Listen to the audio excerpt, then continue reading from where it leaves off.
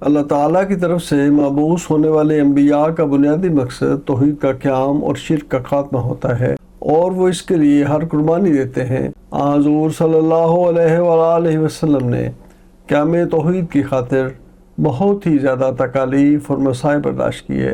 بالآخر اللہ تعالیٰ نے آپ کو اس مقصد میں کامیاب فرمایا۔ حضرت عبداللہ بن مسعود رضی اللہ عنہ روایت کرتے ہیں کہ رسول اللہ صلی اللہ علیہ وآلہ وسلم مکہ میں داخل ہوئے تو کعبہ کے گرد 360 بت تھے۔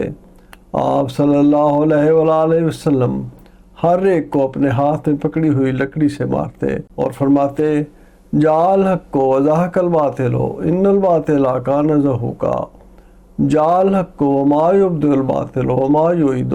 حق آ گیا اور باطل بھاگ گیا، یقیناً باطل بھاگ جانے والا ہی ہے۔